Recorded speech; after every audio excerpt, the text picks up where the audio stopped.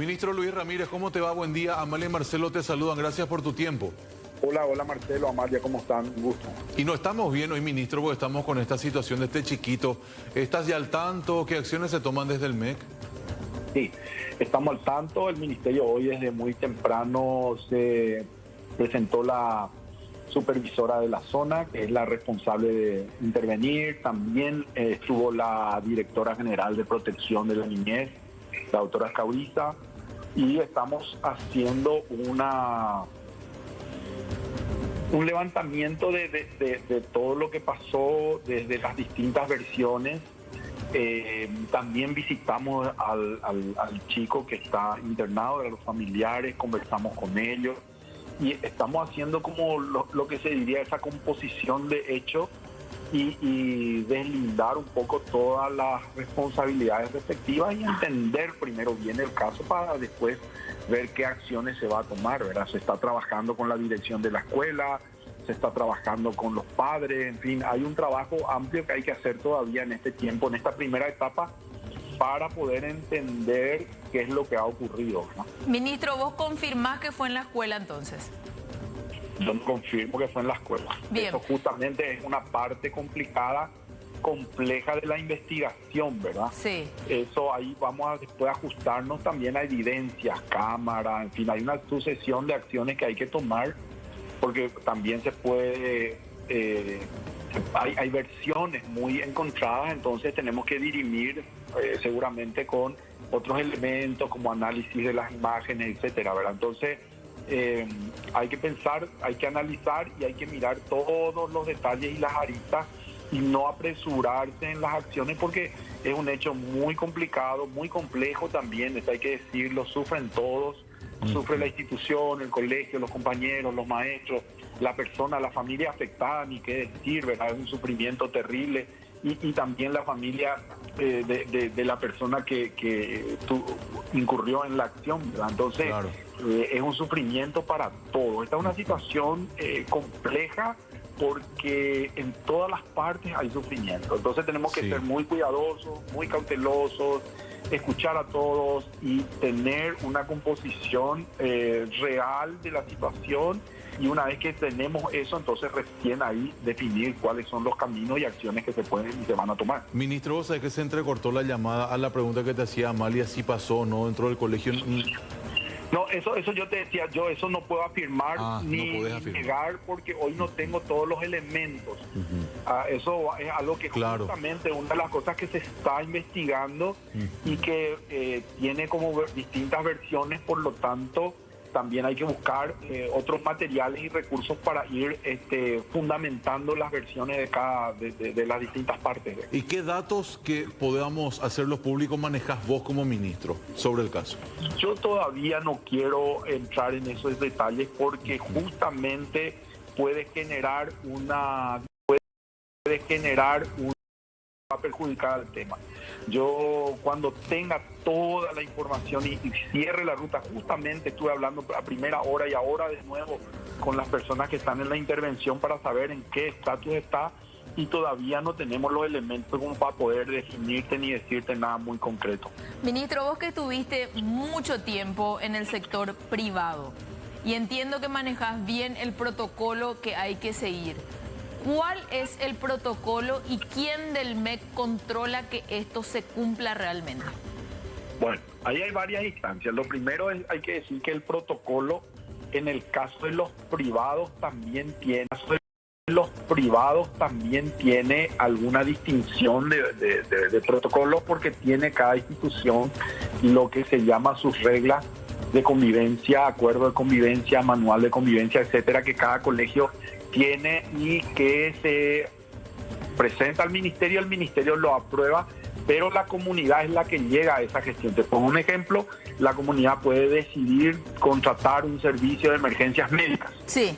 En el caso de los privados, generalmente ocurre eso. ¿Y por qué eso es importante? Porque si eso está en el acuerdo de convivencia, el protocolo dice que lo primero que hay que hacer es llamar a ese servicio de emergencia, ¿verdad? Si no se tiene, es otra la modalidad, es llamar al 911 para que desde ahí, por ejemplo, haga el servicio de envío de la emergencia. Entonces, hay que también el protocolo leerlo y entenderlo dentro de las pautas y normas de convivencia de esta institución, en el caso de que es una institución privada, ¿verdad? Sí. Entonces, el protocolo, y ahora como concepto, el protocolo, lo primero y lo más importante es salvaguardar la vida, proteger la vida de las personas en toda situación y en todo contexto.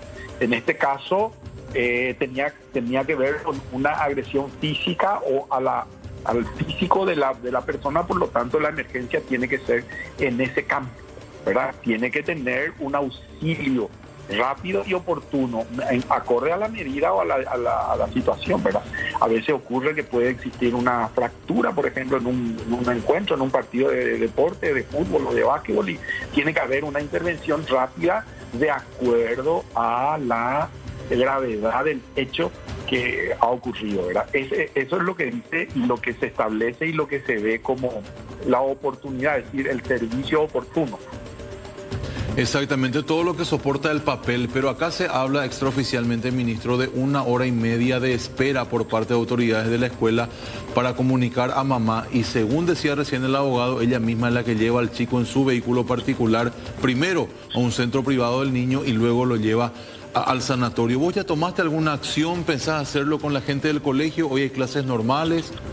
Todo eso forma parte de lo que hay que saber, investigar, conocer y tener los elementos y las pruebas para poder determinar el cumplimiento o no del protocolo. Y en base a eso se determinará qué situación corresponde o se sigue. En cuanto a las clases que preguntás, sí, las clases siguen de manera normal y este es un proceso de investigación que tampoco se va a resolver inmediatamente, va a tener un tiempo y va a tener una evolución, digamos, hasta llegar a la conclusión de cuáles serían las medidas, en todo caso, de mejora que tendría que hacerse, ¿verdad? Ministro, para pasar en limpio, hay un protocolo general para todos, pero los colegios privados van marcando nuevamente sus reglas y a partir de ahí ustedes ven sí o no y se da a la suerte al final, ¿verdad? Porque en este caso, por ejemplo, había un protocolo, pero aparentemente no se cumplió.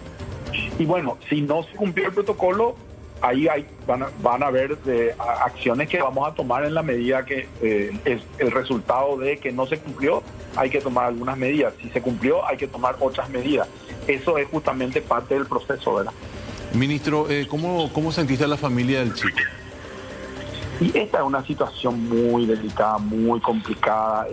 Es un momento difícil porque es un momento de mucha incertidumbre, sobre todo, ¿verdad? Uno lo que más espera es que esté bien y que se recupere. Eso es lo que más espera. Entonces es una combinación de impotencia, de rabia, de disgusto, de todo junto, ¿verdad? Entonces en este momento es importante también hacerle una contención, por eso estuvimos nosotros con la familia y hacer una contención de la familia creo que uno de los puntos más importantes en este momento, ¿verdad?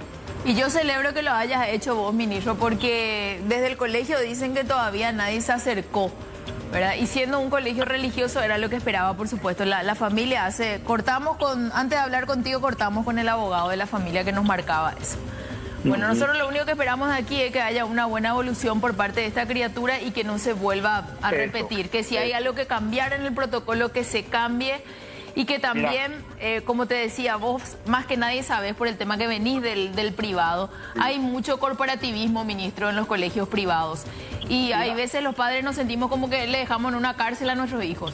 Mira, ahí yo te digo una cosa que va un poco en la línea que vos decís, pero yo creo que lo que tenemos que exigir a los colegios es que hagan el trabajo, no el protocolo. El protocolo ya es cuando hubo un problema. Sí. Nosotros lo que tenemos es que no llegamos la prevención, sí. Claro, entonces ahí quiero comentar que este año ya lo hicimos, declaramos el año de la salud mental y vamos a tener, así como hay ferias de ciencia, vamos a proponerle a los colegios que hagan sus ferias de salud mental. ¿Qué significa eso? Reunirse con los chicos van a tener como un trabajo práctico que hacer en el sentido de decir cuáles son las necesidades que ustedes tienen, cuáles son las dificultades que ustedes tienen, cuáles son las enfermedades más recurrentes que ustedes ven hoy, y salir a buscar, como se hace en un proyecto de ciencia, bueno, quién es el especialista que nos puede hablar, y hacer todo un mes o 2 meses del ejercicio de la conversación y la búsqueda y el diálogo sobre estas situaciones que hoy están viviendo los jóvenes. Tenemos que trabajar, tenemos que hacer cosas antes, porque estos ya son momentos en donde nos está mostrando que hay un desorden en el mundo interior de los jóvenes que a veces encuentran estas salidas en la violencia, ¿verdad? Entonces, ya llegamos tarde con los protocolos. Algo tenemos que hacer antes, y nosotros declaramos el año de la salud mental. Lo vamos a hacer, y en abril tenemos una hermosa también sorpresa para los docentes, porque vamos a trabajar también la salud mental de los docentes. Perfecto, ministro. Estamos sobre tiempo, pero no te quiero dejar ir sin esta última, al menos de mi parte. Ministro, los famosos contratos que firman papá y mamá o encargado al llegar a los colegios para el año lectivo de los niños, esos contratos son incluso verificados por representantes legales de instituciones privadas. ¿Esos contratos llegan hasta el MEC o es de único y exclusivo manejo de los colegios privados? Y no llega al MEC, es un convenio y un contrato privado con una organización privada donde el MEC no tiene, digamos, una injerencia en el contrato, convenio o acuerdo que se hace entre partes. ¿Por qué no entra el MEC siendo el ente rector, ministro? Porque el MEC entra a regir en las cosas que corresponden a educación, es decir, a la malla curricular, al tiempo de la actividad, al tipo de ejercicio de las actividades escolar, al local, ¿verdad? Pero en un contrato, convenio o acuerdo entre partes que incluye el servicio, la prestación del servicio, lo que se va a pagar, el MEC no tiene jurisdicción sobre eso. En todo caso, es como cualquier contrato, convenio o acuerdo privado, tiene su jurisdicción en el ámbito de la justicia. Pero, ministro, si por ejemplo, hay muchos que te dicen, bueno, vos firmás un contrato diciendo que la profesora no te va a poder avisar nada, que hay un protocolo que cumplir, y muchas veces pasa esto, es decir, si el interés primordial es el del niño, ¿por qué el MEC no puede entrar a tallar al menos en ese aspecto? No, ahí hay que hacer 2 distinciones. Sí. Primero, y es una línea muy fina la que estás planteando, sí, y muy importante. ¿Por qué? Porque tendrías también entonces la intervención del Estado sobre la gestión privada. Y así no funciona la gestión, ¿verdad? La gestión privada tiene una reglamentación y tiene un orden particular, ¿verdad? Eso pasa, ya por un ejemplo, con cualquier otra acción. Se reserva el derecho a admisión y se reserva el derecho a admisión. Y no podés intervenir, por más Estado que sea, no podés intervenir en esa gestión, porque ese es el acuerdo. Se rige con otro parámetro, que no es el parámetro o elegido del Ministerio de Educación. Entonces, el Ministerio sí interviene, por eso yo decía, en los aspectos que tienen que ver con los procesos educativos, con la malla curricular, con el tiempo, con los espacios, con todo eso. Pero lo que corresponda a una gestión privada en el ejercicio de una prestación de un servicio y una paga correspondiente, ahí el Ministerio no tiene nada que hacer. Es la justicia la que tiene que dirimir. En el caso que vos señalás, si hay una familia que ve afectada el derecho del niño o vulnerado el derecho de su hijo, recurre a la justicia. Y la justicia le va a hacer recurrir al MEC y le va a pedir su opinión al MEC y va a decir, usted como MEC, ¿qué dice? Y el MEC va a entrar a tallar en una, o a dirimir o a intervenir en una acción, pero a instancia judicial, no por un modelo de instancia propia del Ministerio de Educación. En un tercer escalón sería. Es muy importante, digamos. Ministro, muchas gracias por su tiempo, muy amable. No, al contrario. Un abrazo. Gracias. Otro, el ministro Luis Ramírez de Educación conversando con nosotros, sacando el limpio nada más, Marce. Decime. Por un lado, el tema de que es todo genérico, sí, y cada colegio finalmente privado arma su reglamento y habría que trabajar en la prevención por sobre todas las cosas, como decía él, y en el protocolo ya en que se cumpla, ¿verdad? Que en este caso aparentemente no se cumplió. Y lo que decía lo último del tema de los contratos generalmente está todo. Están las materias que va a tener, está acerca de las instalaciones del colegio, está lo que vos debes cumplir económicamente, ¿verdad?